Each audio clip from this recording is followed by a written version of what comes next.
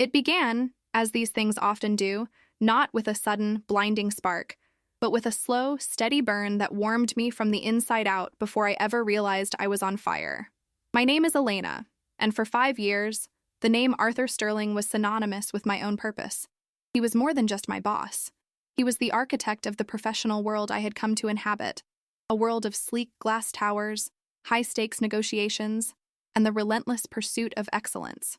Our story wasn't one of fleeting glances over the water cooler or hurried whispers in the elevator. It was forged in the crucible of pressure, built in the quiet, consecrated hours after the office had emptied and the city lights began to blur into a glittering tapestry below. He was the CEO of Sterling Innovations, a tech empire he'd built from a garage startup into a market leader. His ambition was a tangible force, as sharp and unyielding as the city skyline visible from his panoramic window. I was his executive assistant, a title that felt as laughably inadequate as calling a conductor a mere timekeeper. I was his gatekeeper against the world, his external hard drive, his strategist, his shadow. I knew he preferred his coffee black, served in a specific ceramic mug, with a single, crisp sheet of paper detailing the day's agenda placed precisely on the left side of his antique mahogany desk. I knew he loathed the color yellow because it reminded him of a business deal that had gone sour in his early days. I knew the scent of lavender, discreetly diffused in his private restroom, could calm him during stressful negotiations. And I knew that tucked away in the worn leather of his wallet, he carried a faded photograph of his late father, a stern-faced man he seldom spoke of, but whose legacy he was desperate to honor. Our affair didn't ignite in a moment of reckless passion. It seeped into the foundations of our professional relationship so gradually that neither of us noticed until we were already living within its walls. The turning point came on a rainy Tuesday in November. We were the last 2 souls in the building, celebrating a landmark acquisition I had been instrumental in securing, a deal everyone else had deemed impossible. The rain was lashing against the floor-to-ceiling glass, encasing us in a cocoon of isolation, high above the frantic world below. He had ordered dinner from a small, exclusive Italian restaurant he loved. We ate not at his imposing desk, the symbol of his power, but at the small circular table in the corner of his office, the one he used for moments of quiet contemplation. He looked at me then, his usual armor of authority momentarily set aside, and his voice was softer than I'd ever heard it. "I couldn't have done this without you, Elena," he said, his eyes holding mine. "None of it. They see the name on the building, but they don't see the foundation. You are the foundation." It wasn't the words themselves, though they were potent. It was the raw vulnerability in his gaze, the admission of a dependence he never showed to another living soul. In that moment, the meticulously maintained professional boundary we had honored for years didn't just blur, it evaporated.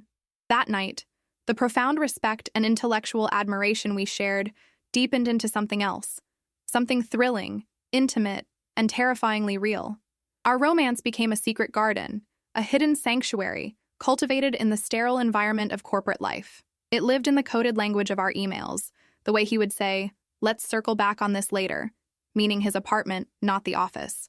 It was in the lingering touch of his hand over mine as I passed him a document, a jolt of electricity no one else could see. It was in the shared silent smiles across a crowded boardroom when a junior executive would unknowingly echo a private joke we had made the night before. It felt like we were the sole inhabitants of a universe of our own making. "You're my anchor, Elena," he would whisper late at night, his voice thick with sleep. "You're the only one who sees the man, not the myth." And I foolishly believed him. I poured every ounce of my being into my work, my loyalty no longer just to the company, but to him, the man. I defended his most controversial decisions, worked tirelessly to anticipate his every need, and celebrated his victories with a ferocity that surpassed even his own. I was indispensable. I was the keeper of his secrets, both corporate and personal. I was the one who knew the truth. The first frost on our garden was so subtle I almost missed it. It wasn't a dramatic event, but a slow, creeping chill. A new hire in the marketing department, a young, ferociously ambitious woman named Clara, started taking up more and more of his airspace. At first, it was professional. He praised her fresh perspective and digital savvy in our meetings. Then came the small, almost unnoticeable shifts. The late-night calls to strategize, which used to be ours, became less frequent. Closed-door meetings with her, about projects I should have been privy to, began to appear on his calendar. The easy intimacy that had been our sanctuary began to feel strained, the silence between us filled with a new, unspoken tension. I tried to rationalize it, to suffocate the growing anxiety with logic. It was just business. He was grooming new talent. My position, our bond, our shared history, it was unshakable. But the truth has a way of seeping through even the most fortified cracks, and I began to feel the terrifying realization dawn on me. I wasn't his anchor anymore. I was just part of the old furniture, waiting to be reupholstered or, worse, replaced. The end came not with a dramatic confrontation, but with a sterile, almost surgical precision that was far more brutal. It happened on a Friday afternoon, a time typically reserved for winding down, for a shared sigh of relief after a demanding week. Arthur summoned me to his office via a curt instant message, a departure from his usual habit of calling me on the intercom with a familiar, "Elena, could I see you for a moment?" The message simply read, "Conference Room B, 5 minutes." Not his office.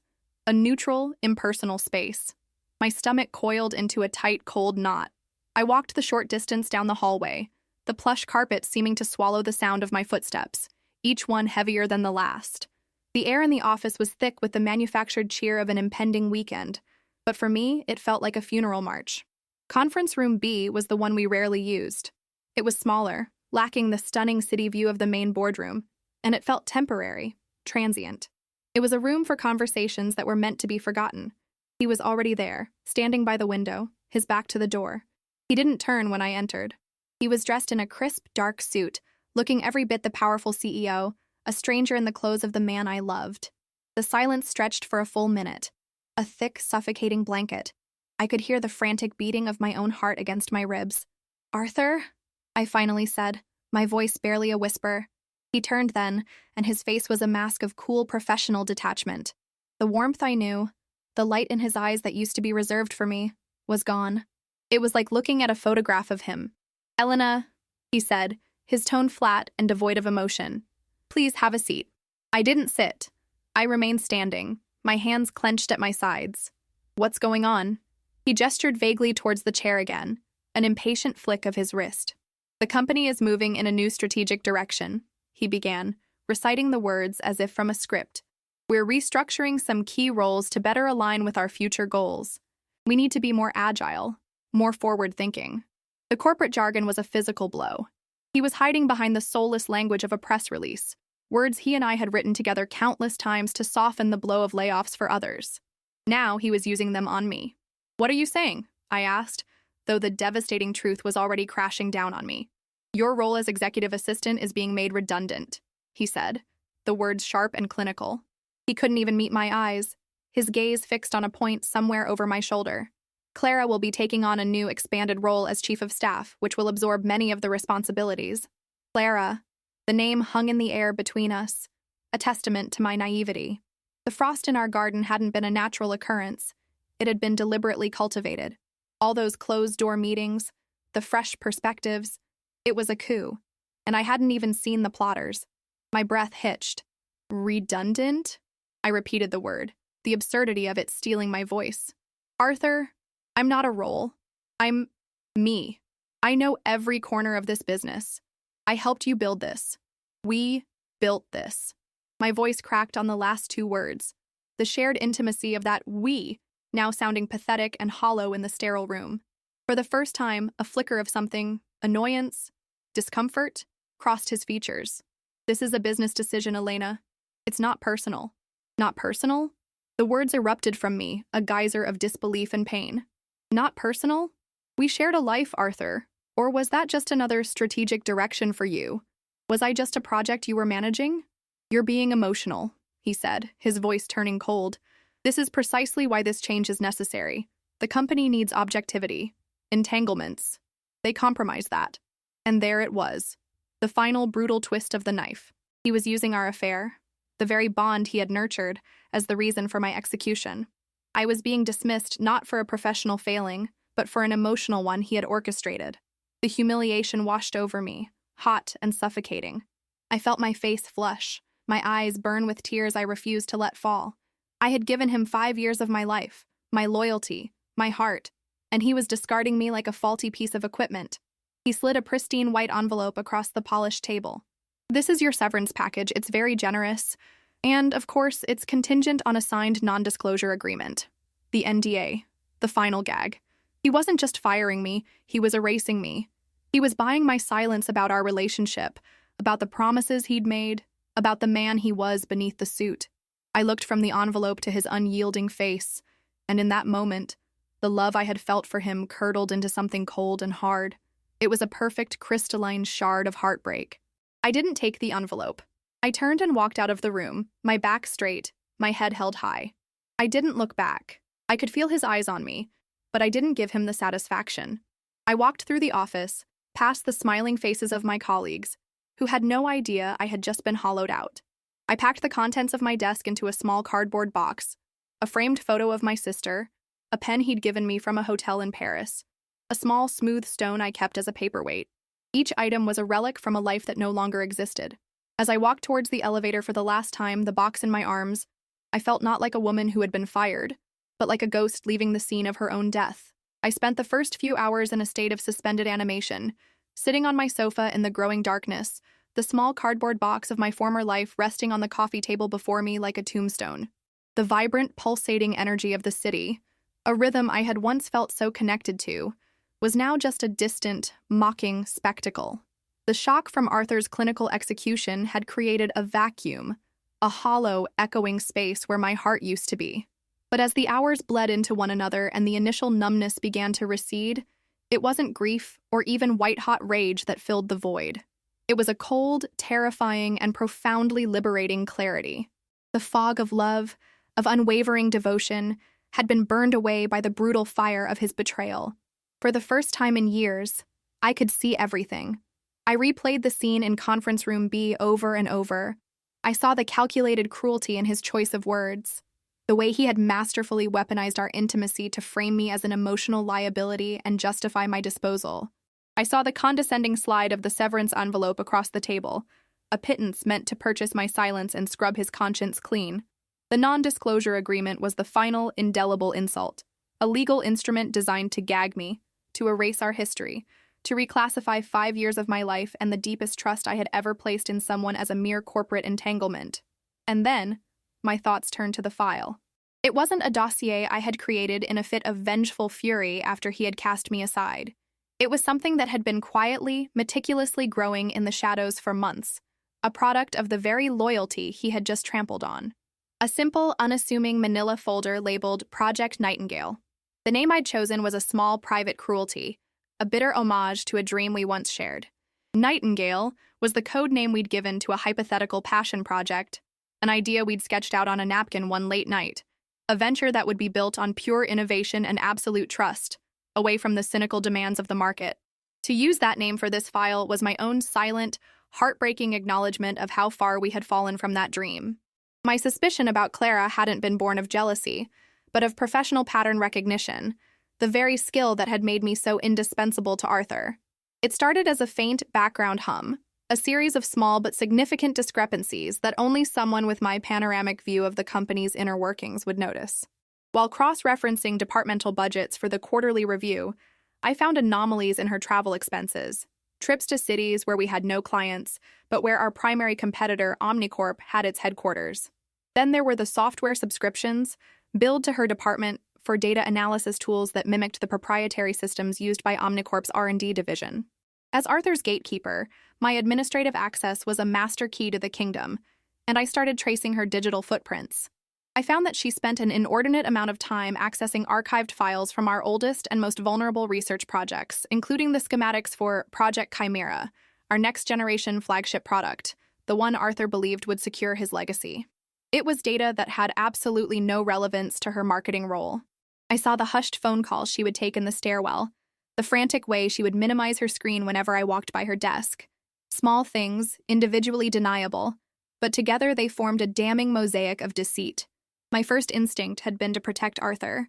I began to quietly and methodically document everything, working late into the night, my stomach churning with a mixture of dread and duty. I compiled server access logs, cross-referenced visitor sign-in sheets with her expense reports, and even recovered fragments of encrypted instant messages from the company's backup servers. Each piece of evidence felt like a betrayal of the trust Arthur had placed in her, and I felt a desperate need to shield him from the fallout. I was doing it not to expose a rival for his affection, but to protect my boss, our company. The empire we were building. I hadn't told him. That was the truly tragic irony. I was waiting for one final, irrefutable piece of evidence, a smoking gun so undeniable that it would overcome any accusation that I was acting out of personal jealousy. I was terrified of coming to him with only a half-formed suspicion, of him looking at me with those cool, analytical eyes and dismissing my concerns as the paranoia of a scorned lover.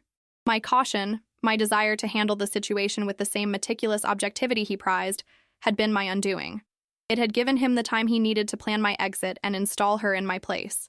Now, sitting in my silent apartment, the Nightingale file was a lead weight in my conscience. The easiest thing to do would be to walk away.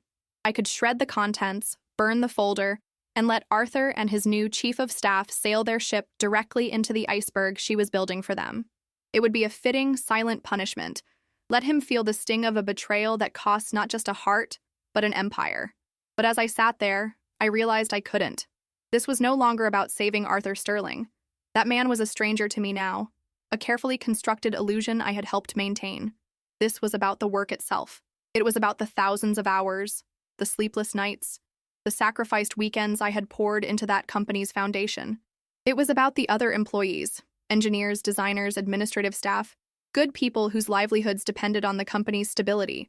Allowing it to be secretly gutted from the inside by a corporate spy felt like a betrayal of my own integrity, a negation of the last 5 years of my life. It was my legacy, too, and I would not allow it to be dismantled and sold for parts by her, or handed away through blissful ignorance by him. This was not an act of revenge. Revenge is a hot, messy, emotional outburst. This was an act of closure, a final closing entry on my own personal ledger. Shortly after midnight, I drove back to the office. As I predicted, my security pass hadn't been deactivated yet, a typically sloppy oversight by an HR department I had repeatedly streamlined. The building was a silent, sleeping giant. The only sound was the low electric hum of the servers, the building's mechanical soul. I walked through the cavernous, empty space, the familiar smell of recycled air and expensive cleaning products now feeling alien and unwelcome. I didn't turn on the lights in Arthur's office. The ambient glow of the city through the panoramic window was more than enough, casting long, skeletal shadows across the room. I walked over to his desk, the great mahogany altar of his power. I ran my hand over the cool leather of his chair, a final, tactile farewell. For a fleeting moment, a wave of profound sadness washed over me, a final mourning for the man I thought I knew, the partnership I thought we had. Then, I reached into my bag and pulled out the Nightingale file. I didn't toss it or slide it. I placed it squarely in the center of his leather desk blotter, in the precise spot where his morning briefing was always laid. It was a placement he couldn't possibly miss. On top of the file, I placed my security pass and my office keycard, the metal clicking softly against the cardboard. It was a final, unambiguous statement. My service was over, my duty was done.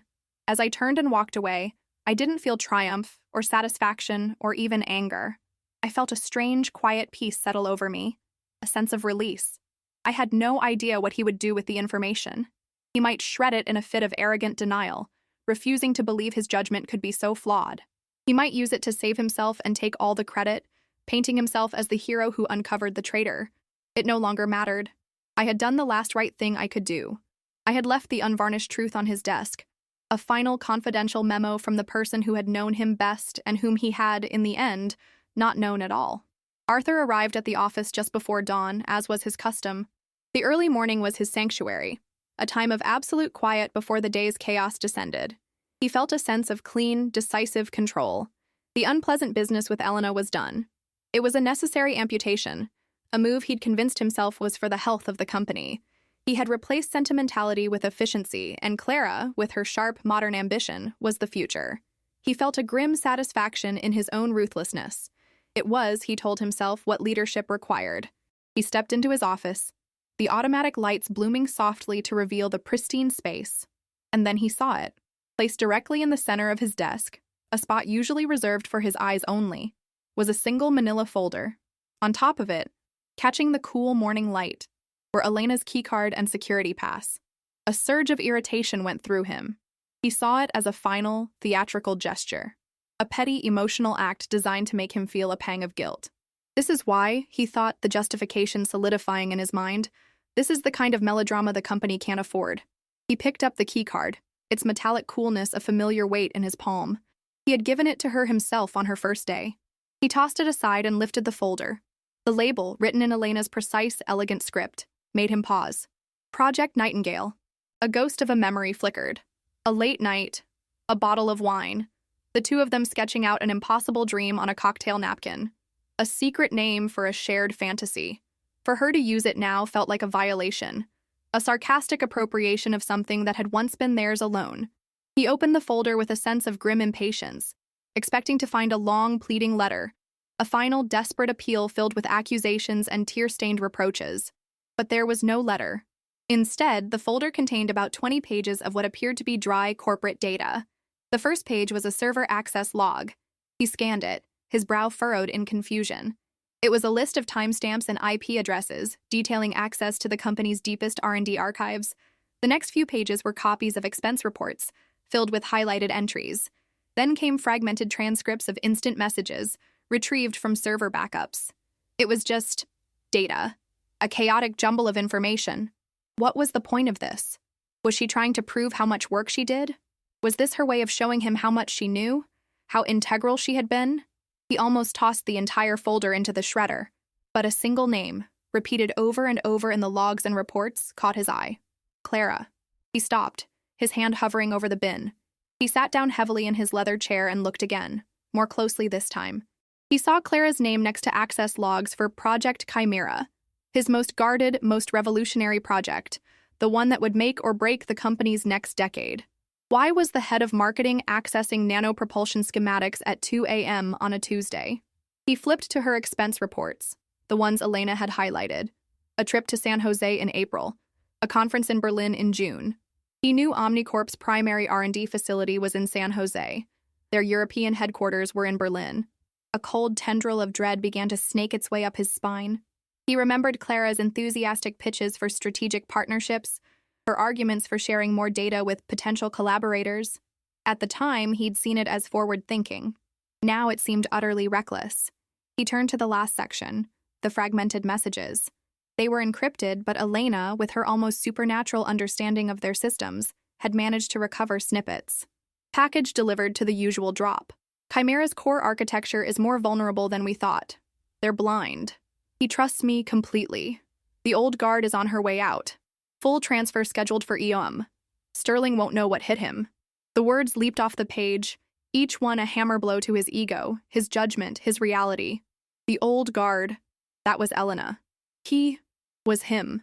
The full, catastrophic weight of the truth crashed down on him. This file wasn't a bitter ex-lover's parting shot. It was a meticulously compiled, deeply researched investigation into corporate espionage of the highest order. Elena hadn't been acting out of jealousy. She had been acting as his protector, his shield, just as she always had. She had been quietly uncovering a plot to gut his life's work and sell it to his most hated rival. She had been trying to save him from his own catastrophic blindness. The realization was a physical agony. He thought back to the conversation in Conference Room B. His cold, dismissive words. You're being emotional. This is a business decision. Entanglements, they compromise objectivity. The hypocrisy was staggering. He had accused her of the very thing he was guilty of.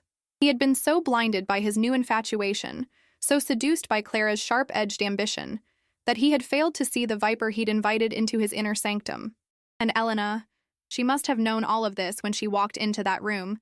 She had this file, this truth, and she had watched him dismantle her career, her life, and humiliate her with a coldness that now seemed monstrous. And still, she hadn't used it to defend herself. She hadn't screamed or revealed the truth in a fit of rage. She had absorbed the blow with a dignity that shamed him to his very core. He looked at the keycard and security pass still sitting on his desk. Leaving them with the file wasn't a petty gesture. It was a final act of duty. It was her resignation, her final report delivered, her job done. It was an act not of revenge, but of a profound, heartbreaking integrity he had proven he did not deserve. He had fired his most loyal soldier and promoted the enemy to command. He was alone, in his glass tower, with a ticking time bomb in his hands, and the chilling knowledge that he had just thrown away the only person in the world who could have helped him defuse it. I never heard from Arthur directly again. I didn't expect to. The news, however, was impossible to avoid. About a week after my departure, the financial world was rocked by a scandal at Sterling Innovations. There were headlines about a foiled corporate espionage plot, a last-minute cancellation of a major product launch, and the quiet, swift termination of their newly appointed chief of staff, Clara. The reports painted Arthur as a brilliant, decisive leader who had uncovered the treachery just in time. He saved his company, solidified his legacy, and became the hero of his own story. I read the articles without bitterness. It was exactly what I had expected. My own story, however, was just beginning. The first few weeks were a blank canvas. The silence was deafening. For years, my entire identity had been wrapped up in him, in his schedule, his needs, his triumphs. Without the constant hum of his world, I had to learn the rhythm of my own. I started small. I took long walks without a destination. I sat in coffee shops and read books for hours, not because I was waiting for a meeting, but simply for the pleasure of reading. I didn't look for another high-powered assistant job. The thought of pouring myself into someone else's shadow again felt impossible. Instead, I took the small nest egg I had saved and invested it in myself. I enrolled in a local university, revisiting a passion I had long ago abandoned for my career: landscape architecture. I found a quiet joy in learning about soil, sunlight, and the slow, patient art of growth. I was no longer building a corporate empire of glass and steel. I was learning to cultivate gardens of wood, stone, and living things. One afternoon, months later, while working on a design for a small community park, a thought struck me with the force of a revelation. Arthur used to call me his anchor, the one who kept him steady. I had always taken it as the highest compliment, believing my purpose was to be the immovable, unseen force that allowed his ship to weather any storm. But I realize now that an anchor, by its very nature, stays on the dark, cold seafloor. It holds others steady, but it never gets to sail. He had fired me, yes. He had broken my heart, but in his cruel, selfish act, he had unintentionally done me the greatest service. He hadn't just severed my employment. He had cut the chain. He had set me free. My new life is quieter now, and its foundations are my own. My successes are measured not in stock prices, but in seedlings that sprout and designs that bring peace to others. The pain of what happened has faded, leaving behind not a scar, but a newfound strength. I learned that my value was never tied to my proximity to power, and that true loyalty must first be to oneself. Sometimes the most devastating endings are not endings at all, but the painful, necessary breaking of a shell, allowing a new life to finally begin.